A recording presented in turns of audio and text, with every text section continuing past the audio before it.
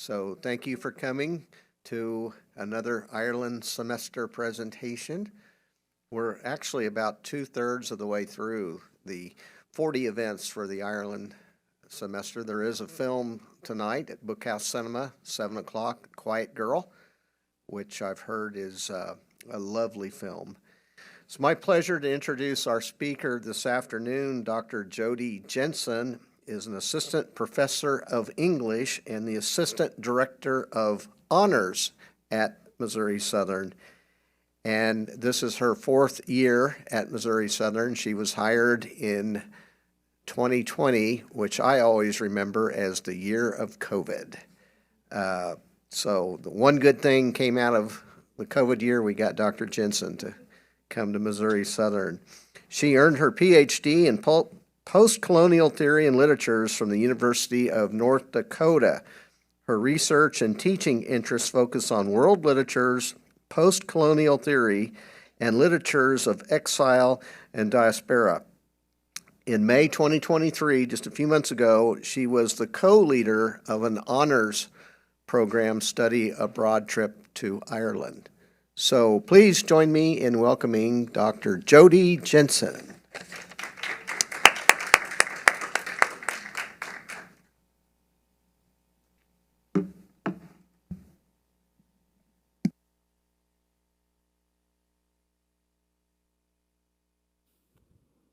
Does that work?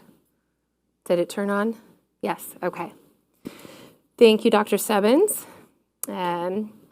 So, as you mentioned, I'm Dr. Jody Jensen, and today I'm going to do a little bit of discussing of literary troubles.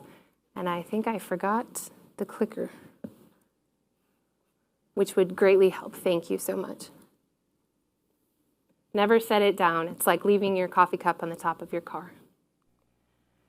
All right, so thinking about and creating a discussion related to literary troubles has been an arduous and wonderful task. So I'm glad that Dr. Stebbins kept bringing it up so that I could continue to think about it. So many ideas began to form about the way we belong to a nation, how violence and upheaval shifts the way we relate to space, and how it relates to us. And the history of the Troubles, of course, could never be confined to a single discussion. And it turns out, so too, that I may have had ideas of grandeur when I had literary troubles. I'm going to look at a poem and then a tiny bit of a novel. And that also might be a little too much. So we'll see where we get today. But we will look together today at far more than the truncated ideas, I hope, that I present to you. Because ultimately, as you begin and leave our discussion today, I hope the ideas that we work with spark your curiosity, specifically in terms of how we might navigate, define, and continually redefine a sense of national belonging. And of course, today, that circles around our Ireland semester, as well as history of Ireland's independence and the Troubles. So I want to begin today with a poem that some of you are likely familiar with. It's one of my favorites, and it is by Evan Boland. It is called The Lost Land. I have 2 daughters. They are all I ever wanted from the earth, or almost all. I also wanted one piece of ground, one city trapped by hills, one urban river, an island in its element. So I could say mine, my own, and mean it. Now they are grown up and far away, and memory itself has become an emigrant, wandering in a place where love disassembles itself as landscape, where the hills are the colors of a child's eyes, where my children are distances, horizons. At night, on the edge of sleep, I can see the shore of Dublin Bay, its rocky sweep and its granite pier. Is this, I say, how they must have seen it, backing out on the mailboat at twilight, shadows falling on everything they had to leave, and would love forever. And then I imagine myself at the landward rail of that boat, searching for the last sight of a hand. I see myself on the underworld side of that water, the darkness coming in fast, saying all the names I know for a lost land. Ireland, absence, daughter. Now, I start with this poem, not just because it's my favorite, and not just because it's exquisite, which it is, but because it foregrounds some of the focus of my discussion today. The Lost Land, as Yvonne Boland describes it in her 1998 collection, is, quote, not exactly a country and not entirely a state of mind, end quote. As scholar Michael Boss also asserts, the poem itself expresses the poet's own single and private account of, quote, the ghostly terror where so much human experience comes to be stored, end quote. And this is a storehouse that vacillates between the imagined nation, the collective, and the personal memory located in the chapters of Irish history. I'm interested, like Boland, in the spaces between Ireland, absence, and daughter. Specifically, the larger scope of my research encompasses literature that focuses on these historical moments of social rupture. Here today, that means looking at the partition of Ireland and the Troubles in Sebastian Barry's The Secret Scripture, and how representations of the daughter figure through the daughter-father relationship forecast a new type of national belonging. I shamelessly stole this slide from an ad online. Okay, if you want the source, you can let me know. But unlike Boland in this poem that we've seen, who examines the idea of country, ways of being, and daughterhood, my focus is on the daughter-father dyad. And part of the overreaching concept is that I really think that this is underexplored in literature and in culture and history. So, in that regard, just like the concept on this slide, don't believe everything you see online. All Celtic father-daughter symbols are recent inventions. And I would say that like the Irish symbol for the father-daughter relationship, so too the discussion of daughters that we have today is a recent creation. And I do want to, there'll be a couple pauses throughout, because of course the Troubles present us with a lot of versions of history, and as does this discussion. So I want to pause for a second, because one of the foregrounding aspects of this discussion is that there are a number of very limited embodiments for female figures in post-colonial studies, looking at literature like the one that we'll look at today. And so predominantly, we see literary embodiments for quote-unquote the post-colonial women in two ways. The most often cited is that the post-colonial woman typifies her relationship to the state through her ability to literally reproduce the nation, that is, as a mother figure. Now, the second way we see this in terms of the reproduction of the nation and its boundaries is also that her body is superimposed onto geographical boundaries of the nation. We see this in a lot of different locations. For example, different variations of motherhood across the globe. We might in India see the Barahat Mata. In Africa as a whole, which is of course problematic, we often see an image of a full-bellied mother, very lovingly touching the expected child. And then, of course, in Ireland, one of the images that we come across is the mythic figure Kathleen Ní Houlihan.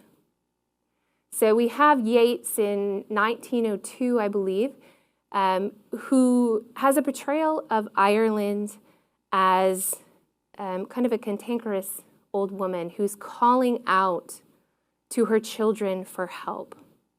And this has become kind of a clarion cry for political action. So this particular image in the years since has continued to be viewed as a battle cry for the Irish Republican movement, and for some, it's a very sacred piece of literature. Regardless, it's still a very small pocket for women as a whole. So my work with daughterhood is seeking to expand what has traditionally been a very monolithic view of the woman in terms of a symbol of the nation, this kind of relationship that goes back and forth. So I'm interested in the way that we can read the most absent member of the national house, and this is the daughter figure, against the most powerful and present member of the national house, which is, of course, the father figure.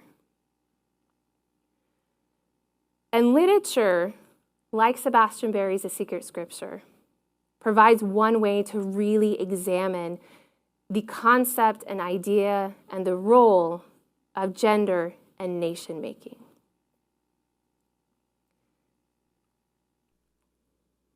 So, as Thomas Hennessy has noted, okay, and I highly recommend this particular text, Thomas Hennessy has Dividing Ireland, World War I and Partition. It's complex. This is one of the great things about this. It doesn't give us one version of the history in Ireland. And I think that considering how complicated and fascinating it can be, that's a great benefit. But Hennessy has noted in this text that, quote, a conflict of national identity lies at the epicenter of the partition of Ireland. And I would add to this that the backdrop and the legacy of the Troubles present a very similar epicenter for us to think about. Now, I'm not a historian. Love history. But a brief view of the Troubles, I think, is very necessary for us in order to navigate our discussion today in terms of concepts of Ireland, daughterhood, and of course, nation-making. So, a typical overview of the Troubles might assert something along the following. The Irish Troubles refers to a violent 30-year conflict in Northern Ireland that began in the late 1960s and ended with the Good Friday Agreement in 1998. At the heart of the conflict was the constitutional status of Northern Ireland, whether it should remain part of the United Kingdom or become part of a united Ireland. The main participants in the conflict were Republican and Loyalist paramilitary groups, the British secret forces, and the police. The Republicans, mainly led by the Provisional Irish Republican Army, probably more notable for us as the IRA, wanted Northern Ireland to leave the UK and join a united Ireland. The Loyalists wanted Northern Ireland to remain part of the UK. The violence peaked in the early 1970s with the IRA bombing campaign across Northern Ireland and England. Thousands were killed or injured during the conflict. Key events during this time period include Bloody Sunday in 1972, when British soldiers shot dead 13 unarmed protesters, and the IRA's Brighton Hotel bombing in 1984. The peace process began in the 1990s, leading to the historic Good Friday Agreement, which established a power-sharing government in Northern Ireland. Now, I know that those of you here don't have the microphone, but I can repeat your answer, okay? For those of you who are familiar with the Troubles, do you notice any omissions in this overview? Any critiques in terms of what this overview might provide us as an audience.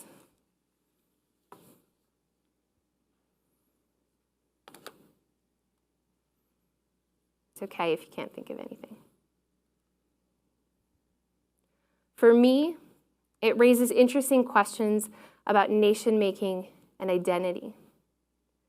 So the questions that it raises, I would ask, what happens when a nation's people feel a belonging to different social entities? And this plays a part in Barry's novel. That is, what are the consequences of plural social memberships? Human identity is, after all, multi-layered and in constant change. And as an example that is directly related to our discussion today, I'm going to give you sort of a long passage, so try to bear with me. But this is also a passage from Hennessy's work, and it describes kind of this multiplicity of, or plurality of belonging. So Hennessy succinctly points out, and the rest is a direct quote, in the late 18th century, a form of British national consciousness appears to have evolved, among Irish Protestants. This was a radical change, for in the late 18th century, Protestants in Ireland had exhibited all the characteristics of an Irish national consciousness. That is, they perceived themselves to be a separate Irish political nation, and therefore sought self-government from Great Britain. In 1782, this was achieved. However, by 1886, when the first Irish Home Rule crisis began, the descendants of these Protestant Irish nationalists resisted attempts to dissolve the UK of Great Britain and Ireland. Furthermore, Irish Protestants now exhibited all the characteristics of a British nationalist consciousness. That is, as a community within Ireland, Protestants wished to be governed by what they now considered their national community, a perceived British nation extending throughout the British Isles. Plurality of social memberships. Affinities that change across generations. The idea of nation-making and identity is complex. And I would contend that given a variety of approaches to describing this quote-unquote moment in history, that despite what Claude or ChatGPT, or maybe only one particular historical source will tell us, that we might do better to think of this historical backdrop of the Troubles as a conflict that stems from a complex overlap of historical, political, religious, and economic factors. Because, as Audre Lorde has noted, there is no such thing as a single-issue struggle because we do not live single-issue lives. So, given this discussion, the novel in question today is one that reaches back to the tumultuous struggle of the 1920s Irish independence movement. And scholars have pointed out that this struggle, alongside Barry's own family history, and the events and upheaval of the second half of the 20th century in Ireland, form a solid backdrop for the novel.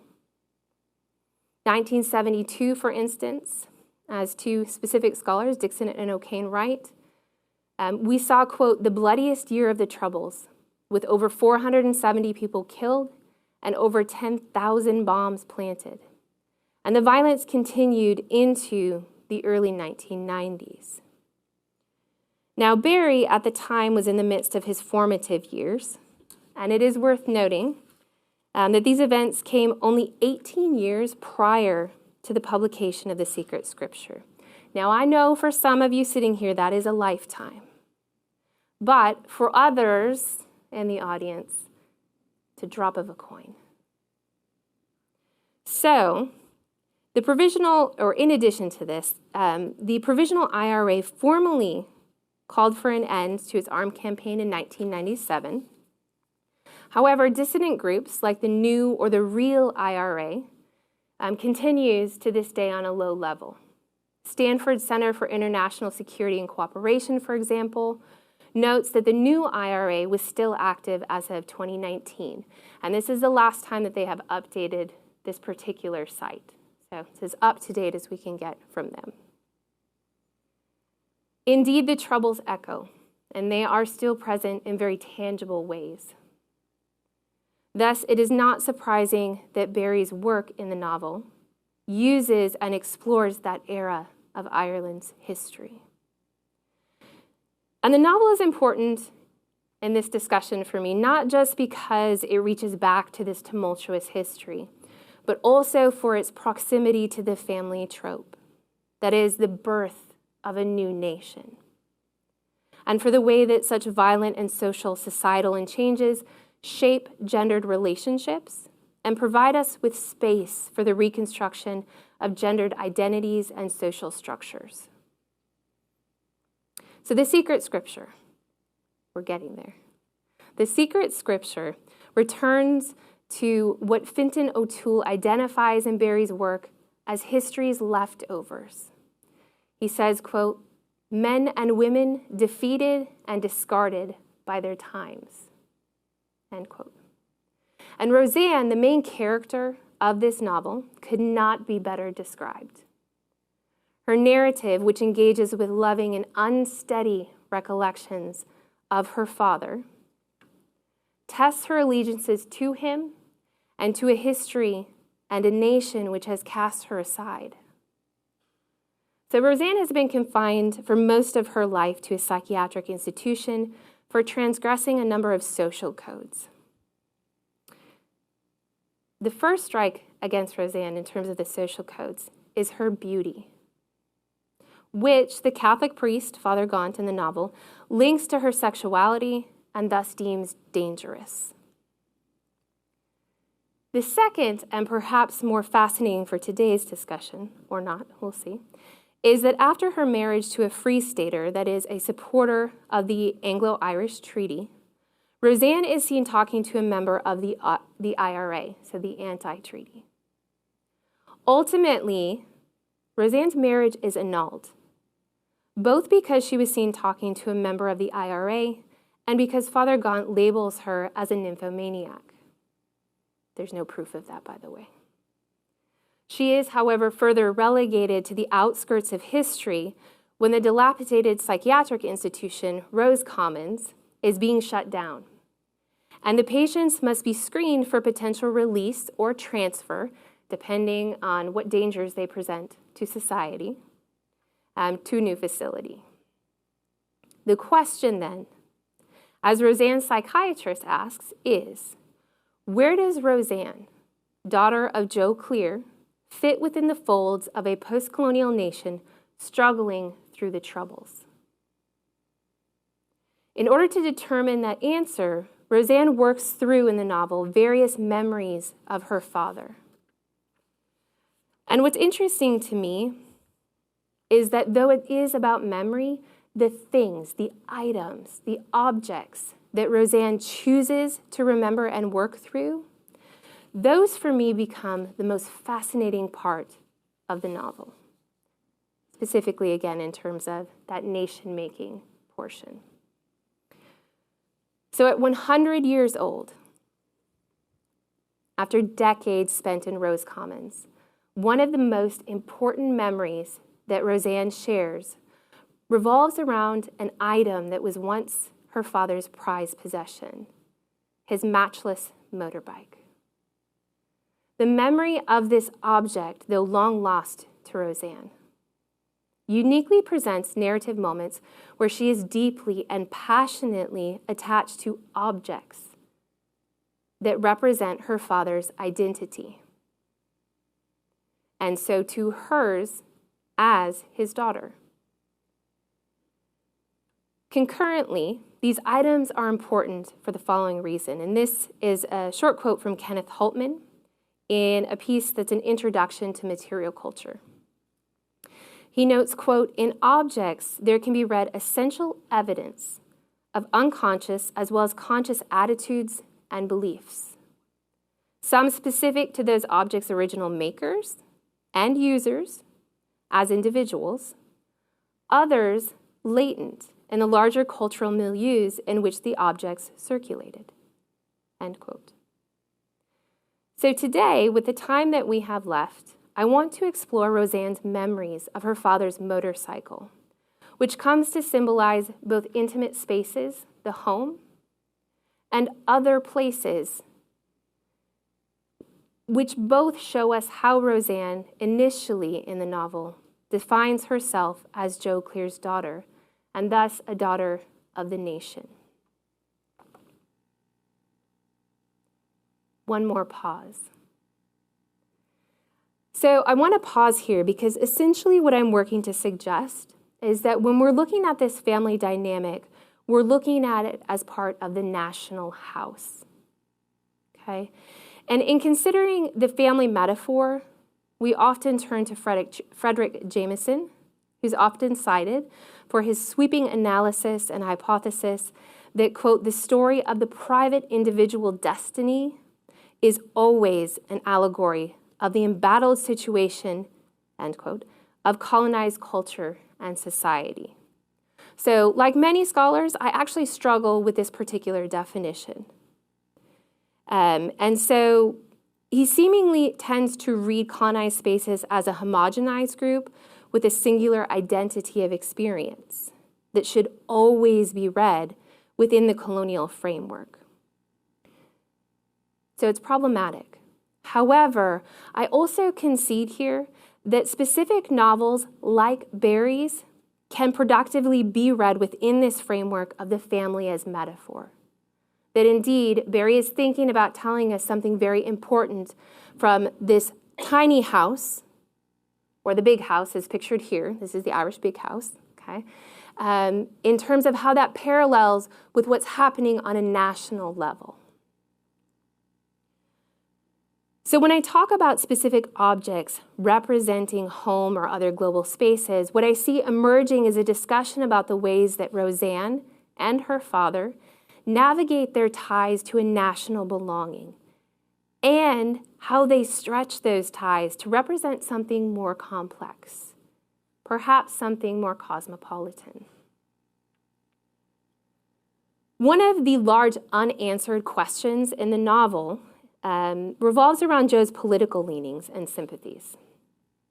And so we see that, again, that national or political identity becomes very important. The Secret Scripture offers various accounts of Joe's politics through conflicting stories of his violent death. One version suggests that Joe committed suicide after becoming caught up in an incident during the Civil War. And another account suggests that Joe was murdered by rebels for his position in the Royal Irish Constabulary, or the RIC. However, regardless of how Joe dies, his role is to provide this historical backdrop for Roseanne. She embodies the struggle of the new nation as it works to define itself as more than only a counterforce to colonialism and more than simply a divided political and religious grouping of people. So too, her relationship to the national house changes. That is, the alteration of her individual private life plays out the larger drama of the nation as it struggles to reimagine itself in this post-independence era, an era defined in large part by the backdrop of the Troubles. Just as she, a daughter, navigates and examines her affinity and attachment to her father, here we could fill in a fatherland, right? Ireland, so too, must consider how to position itself as something new.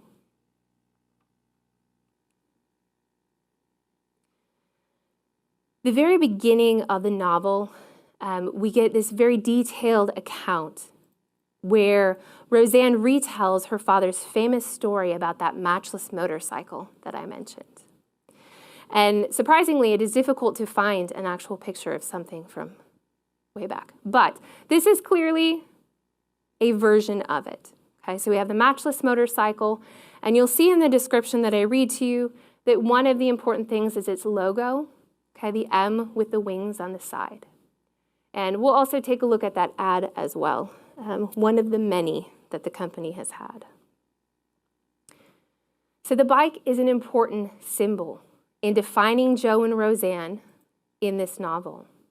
Matchless motorcycles were manufactured, as noted in the heritage section of the Matchless webpage, in 1901.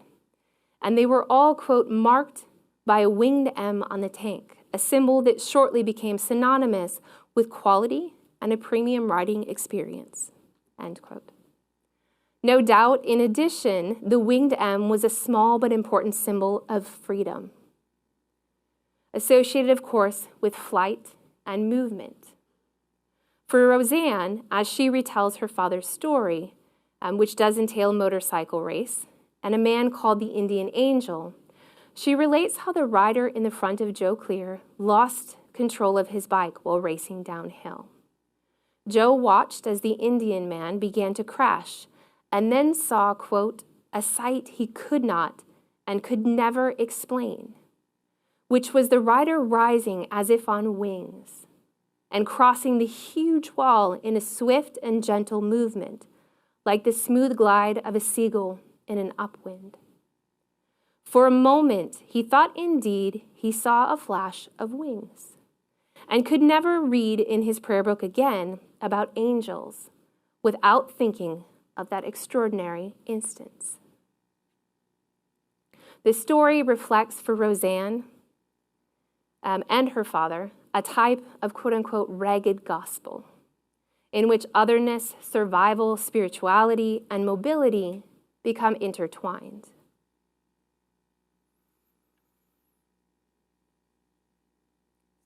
Lost my place. Indeed, the experience is so important to Joe Clear that Roseanne asserts it was as if an event like this were, quote, a reward to him for being alive.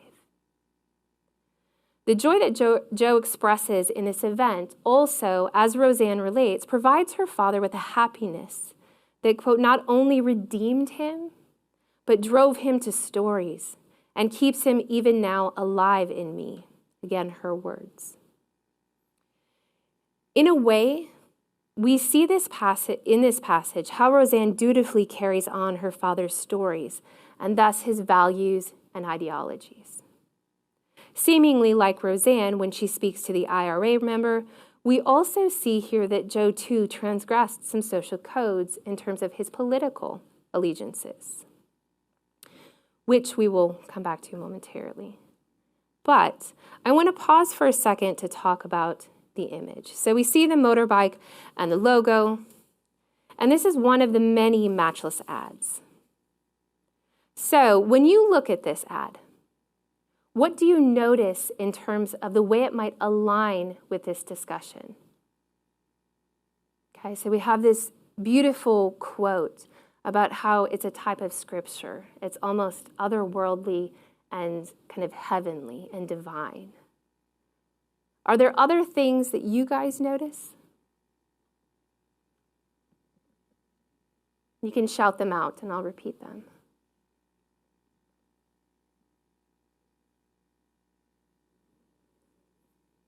It says magic, right? We get that kind of spiritual slant, perhaps. Good, what else? A genie coming from a factory, from this building, right? I'm not sure where to place this in history, right? But we do get a sense here that just like the motorbike, which we'll see in a minute, part of what's happening is that Barry is comparing something that is not manufactured in Ireland, that is representing freedom in travel, and yet it is a very personal, important item to him. So we're getting this different way of situating oneself in terms of a nation or a global scale. And this becomes extremely important for Joe, not only in terms of his own political life, which we'll talk about momentarily, but also for Roseanne. Good. It's an interesting one of the more interesting.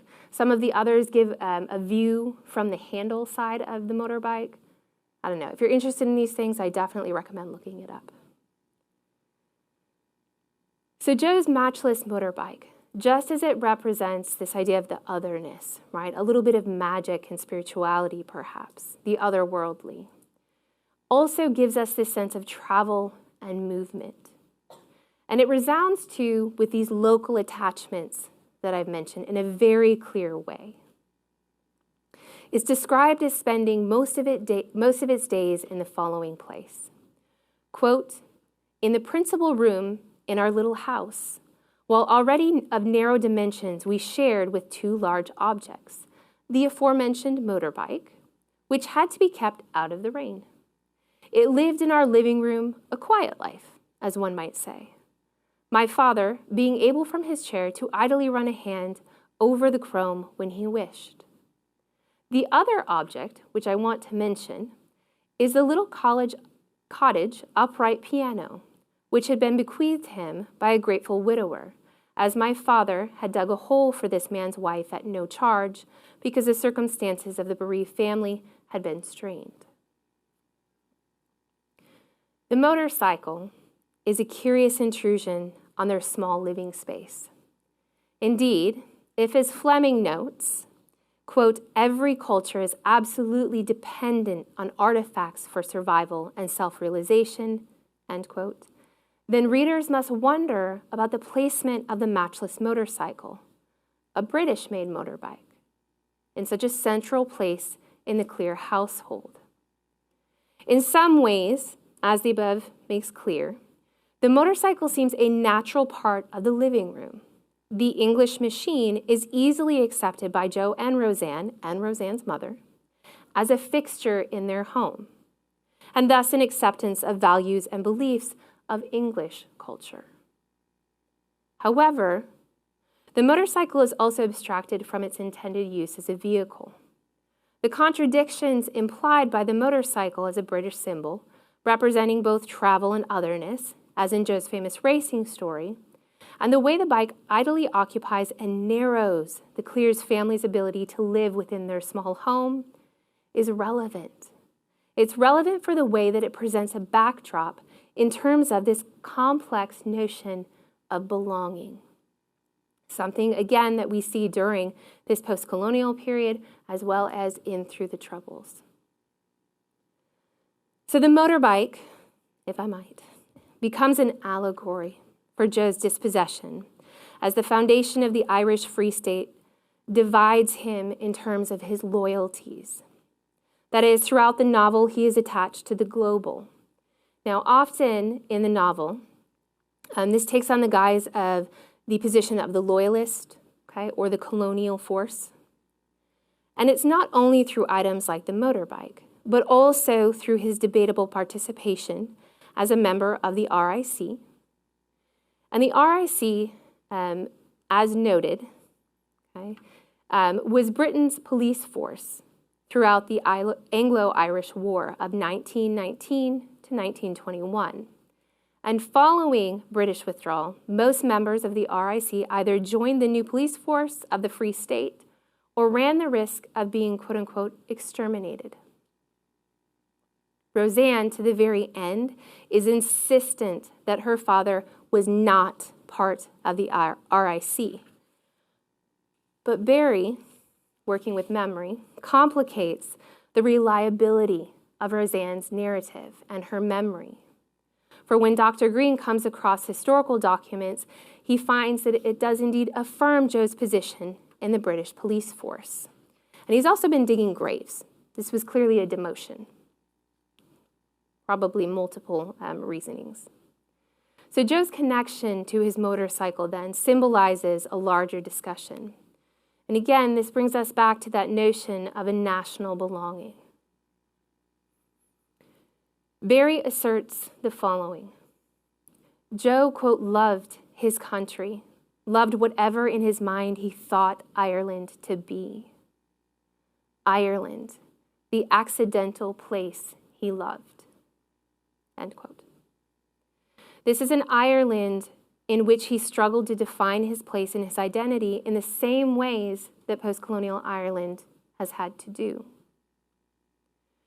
Joe dies at the hands of the IRA when Roseanne is only 16, and it becomes then Roseanne's task to carry forward his story. His part, that is, in defining the nation that is no longer defined from the outside. That is, since colonial space is always defined in terms of its relationship to the other, the mother country, her story is informed by memories of her father. And this showcases a definition of the nation from the inside. To start to wrap it down. We could keep going with the example, but closer to the close of the novel, Dr. Green, in his evaluation of Roseanne's sanity, emphasizes that her life, quote, spans everything. She is as much as we can know of our world, the last 100 years of it. She should be a place of pilgrimage and a national icon, but she lives nowhere and is nothing. She has no family and almost no nation. A bit of paper blowing on the edge of the wasteland. Not only then do we see in the novel Roseanne's bid for selfhood, but in the eyes of those around her, significantly at this point her doctor, we also see her crossing back and forth between these local and global borders in defining her sense of belonging. Roseanne is what we might term a cosmo post-colonial figure, to make terms even more complex, right? But essentially someone who struggles for selfhood that mirrors what we see happening in Ireland, particularly because at this moment, the backdrop is the Troubles. We haven't quite reached the 1997 point in the novel. All right, there were a lot of ideas in there, but my end thought, okay, is that though this much abbreviated conversation, I hope it first encourages you just to read the novel because it's amazing, it's exquisite. The memories that Roseanne collects, she puts in the floorboard of her room at Rose Commons. There's also a surprise ending, which I will not spoil. But I also think, or hope, that you can see a little bit of the way that one, possibly two with the poem, Irish texts grapple with the legacy of the Troubles. And legacy might not even be the right word, but it's grappling with that quote-unquote moment that lingers. I also hope that you leave today seeing how the novel and Roseanne's story suggest that as nations continue, as in with this example of Ireland, to define and redefine a sense of national identity, that this also opens new conversations about who belongs and how. So, I hope I didn't skip any. I did not. Thank you for coming today, and I would absolutely love it if you have questions, thoughts, or comments.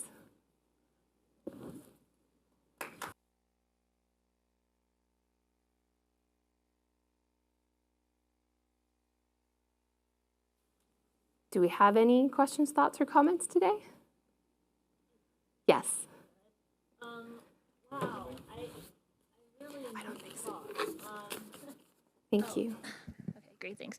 I really enjoyed the talk. My brain is kind of buzzing with a lot of different connections, and I just love the motorbike idea.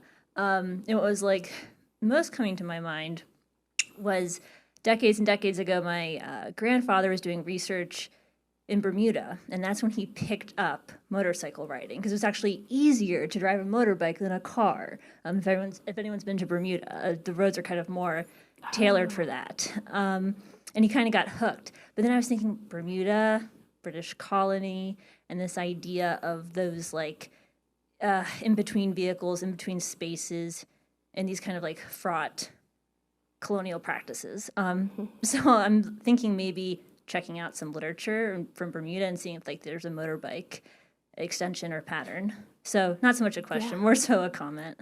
No, I think that There's so many interesting bits of it. As I was relooking at that advertisement, I can't prove it because, well, I ran out of time to research it, I'll be honest. Like a lot of the students, there's only so much you can do, right?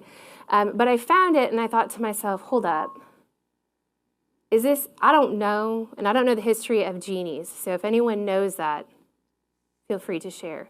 But my instant thought was, wait, are we headed to is this another colony? Is this representing another colony that's holding up the bicycle, right? And so I think that there may be literature like that, including some of the cultural elements in terms of an advertisement that are repeating some of those same concepts. So if you find it, let me know. Will do. Thank you.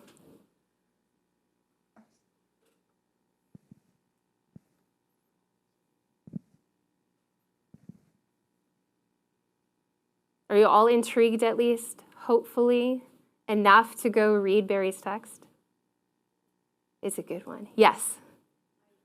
I've listened to this text a long time ago and don't really remember it, so this has been good. I'll need to listen again, but I don't remember, are there other female characters in the novel?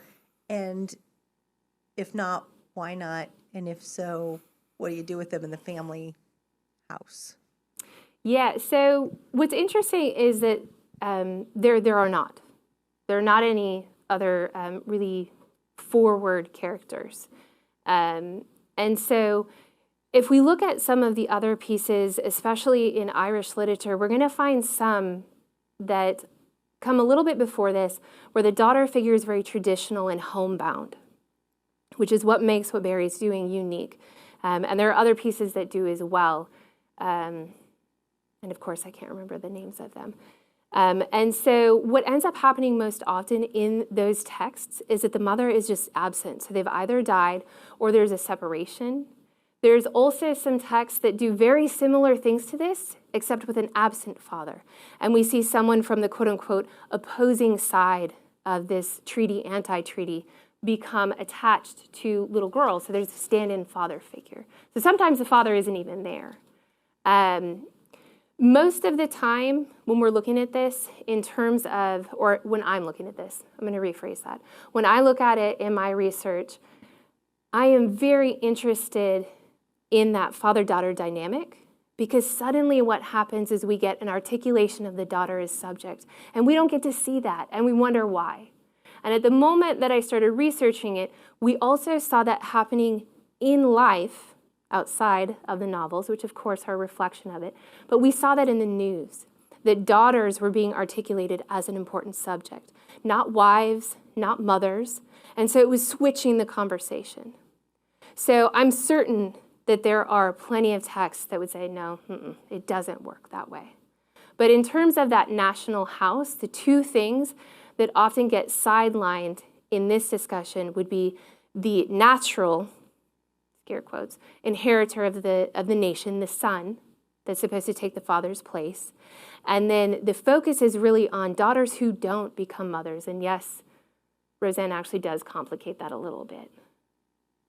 But, and so I think this is a very long drawn out answer or response to your question, not an answer, is we often don't see the mother figures and sometimes we don't even see the father figures in the pieces that I look at.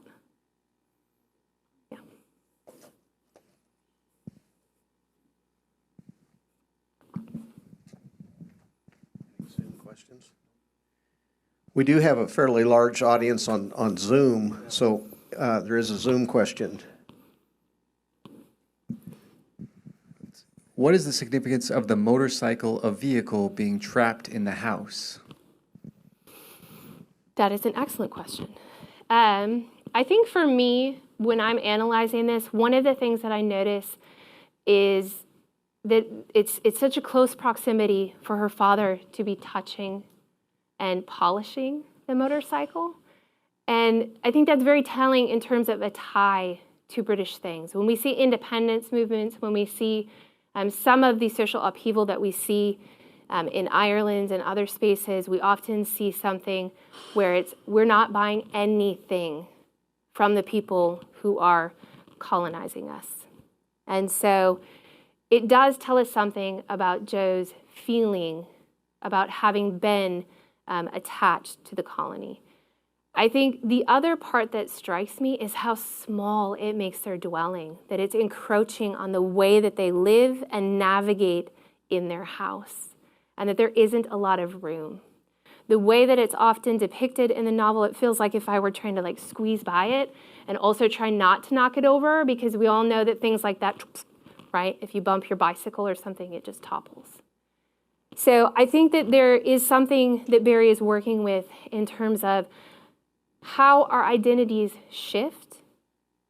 There's no commentary on whether that's positive or negative in that regard, right? Once you have been part of colonial rule, when does that not become part of your identity? Right? To say that, that the English have been part of that colonial process for so long that they've eradicated some of the things like language, right? Other cultural elements, it becomes your identity. We see that in Hennessy's quote in terms of a shift in affinities. But long response, I'm sorry. I do think that the way it narrows the way that they can move in their own home is, for me, one of the more important elements of that discussion. Now I have a question. Yes. With the motorbike, because in one hand it's such an independent vehicle, it symbolizes independence. On the other hand, there's so many people who ride motorcycles in groups who plan to go out and ride together, which kind of both goes against that independent idea, but still you're independently operating the vehicle. So in the book, does the father have his own motorcycle group he rides with, or he does ride pretty solo? It's pretty solo, and for the most part, it just stays in the house. Oh. It just stays in the house. And so we have the race with the Indian angel, as he's termed him, and that's the defining moment. And I'm not sure if that's because maybe that motorcycle then becomes very sacred to him for that story, or if Barry was like, well, I'm not going to write a book about motorcycle races, right? So I'm not sure. We'd love to have, I don't know if he's still alive. I would love to know that answer, though. Yeah. So maybe one final question. I would just love to hear some reflections on your trip to Ireland in May, maybe from a literary perspective or just an overall impression. Do you recommend people go to Ireland? What was your favorite thing? You could talk all day about it, but maybe just a couple minutes. I should time myself. It was an amazing trip. So there are 20 of us, 17 students who went on that trip. So we learned a lot. And we learned a lot about the amazingness of Irish culture, and people. So one of the things that a lot of students commented on is how kind and accepting and just nice the Irish people were in the different cities that we went to, Killarney and Dublin.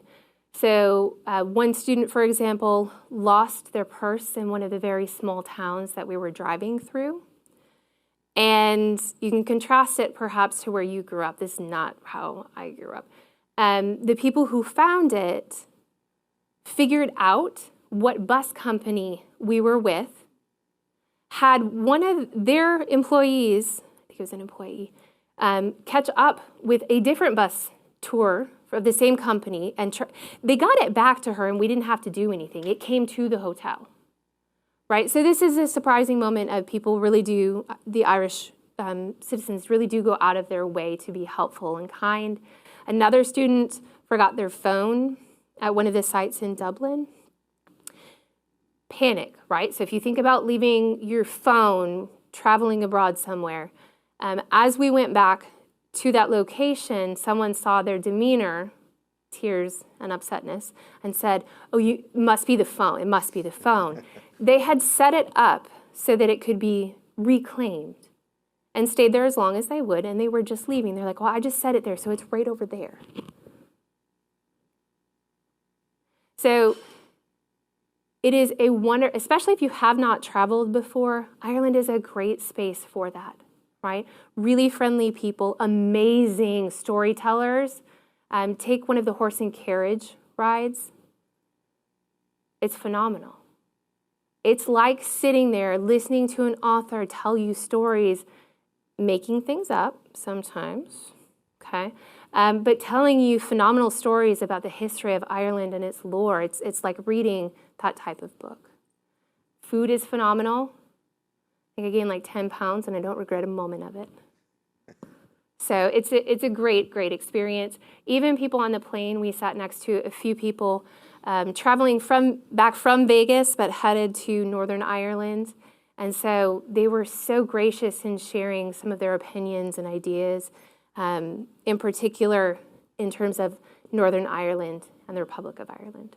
So even if Ireland isn't your cup of tea, Dr. Stebbins is your man for finding all of the things about travel that you should do while you're here. So we are going to announce our short-term faculty-led trips for 2024 within the next day or so.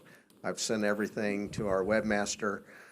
We have 8 trips coming up, starting in March with a trip to Canada and then 7 others. So look for an email from me in the next day or so with a link to the website announcing specific information about the 8 trips in 2024.